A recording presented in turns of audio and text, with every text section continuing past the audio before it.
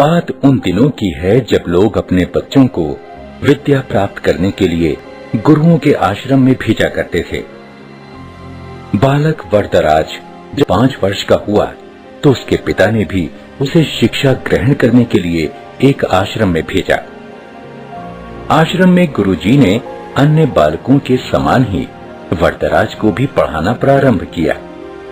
वरदराज आश्रम में रह तो रहा था, लेकिन उसका मन पढ़ाई में नहीं लगता था। गुरुजी ने उसे तरह तरह से पढ़ाना और समझाना चाहा, लेकिन उसे कुछ भी समझ न आता था। गुरुजी जो कुछ पढ़ाते उसे वह याद ही नहीं रख पाता था।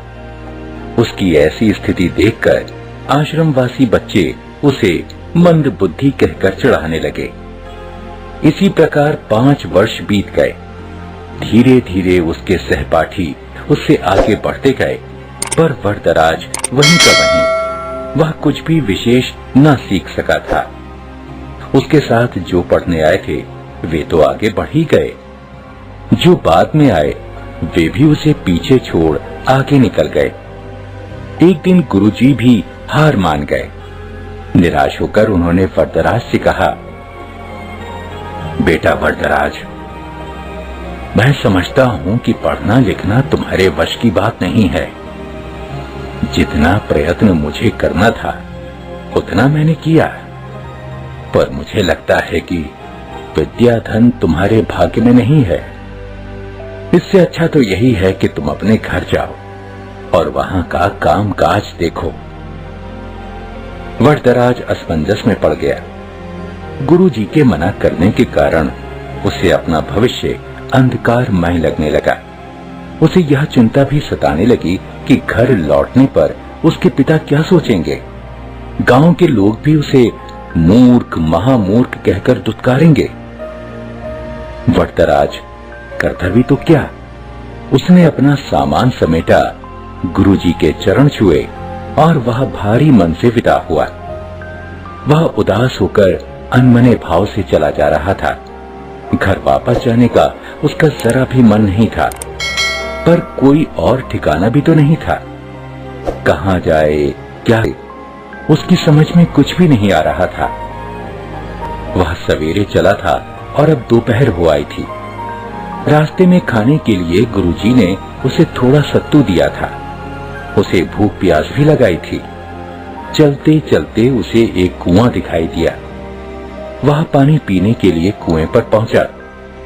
वहां उसने देखा कि पानी खींचने की रस्सी की रगड़ से कुएं की जगह पर निशान पड़ गए हैं और मिट्टी के घड़ों को रखने से जमीन पर गड्ढे पड़ गए हैं। यह दृश्य वरदराज के मस्तिष्क में बिजली की तरह कौंध गया। उसने विचार किया कि जब रस्सी की बार बार रगड़ खाने से कठोर पत्थर पर निशान पड़ सकते हैं, तो क्या लगातार परिश्रम करने से मैं विद्वान नहीं बन सकता? बस फिर क्या था। वरदराज के मन में आशा की किरण जगी। वह बुदबुदाने लगा, मैं भी लगातार परिश्रम करूंगा, अपने पाठों को मन लगाकर बार बार पढ़ूंगा और उन्हें याद करूंगा।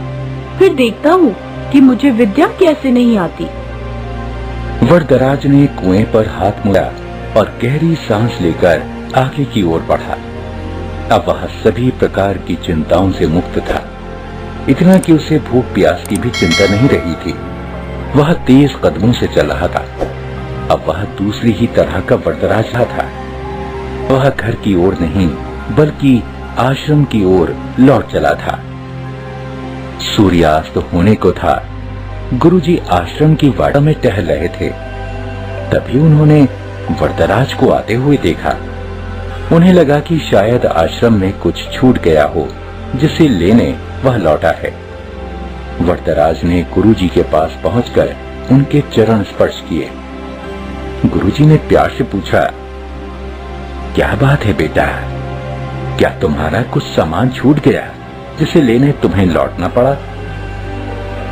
वरदराज नम्रता पूर्वक बोला, हाँ गुरुजी, मेरी विद्या यही छूट गई है, जिसे इस बार मैं अवश्य लेकर जाऊंगा। अब मेरी आंखें खुल गई हैं। मैंने निश्चय किया है कि मैं पूरी लगन और परिश्रम से पढ़ूंगा। अब कभी आपको निराश होने का अवसर नहीं दूंगा। गुरुजी का दिल पसीज गया। उन्होंने वरदराज को गौर से देखा। उसकी आंखों में चमक थी। गुरुजी ने इतना भर ही कहा, तुम जो कुछ कह रहे हो, यदि उसे कर दिखाओगे तो मुझे बड़ी प्रसन्नता होगी।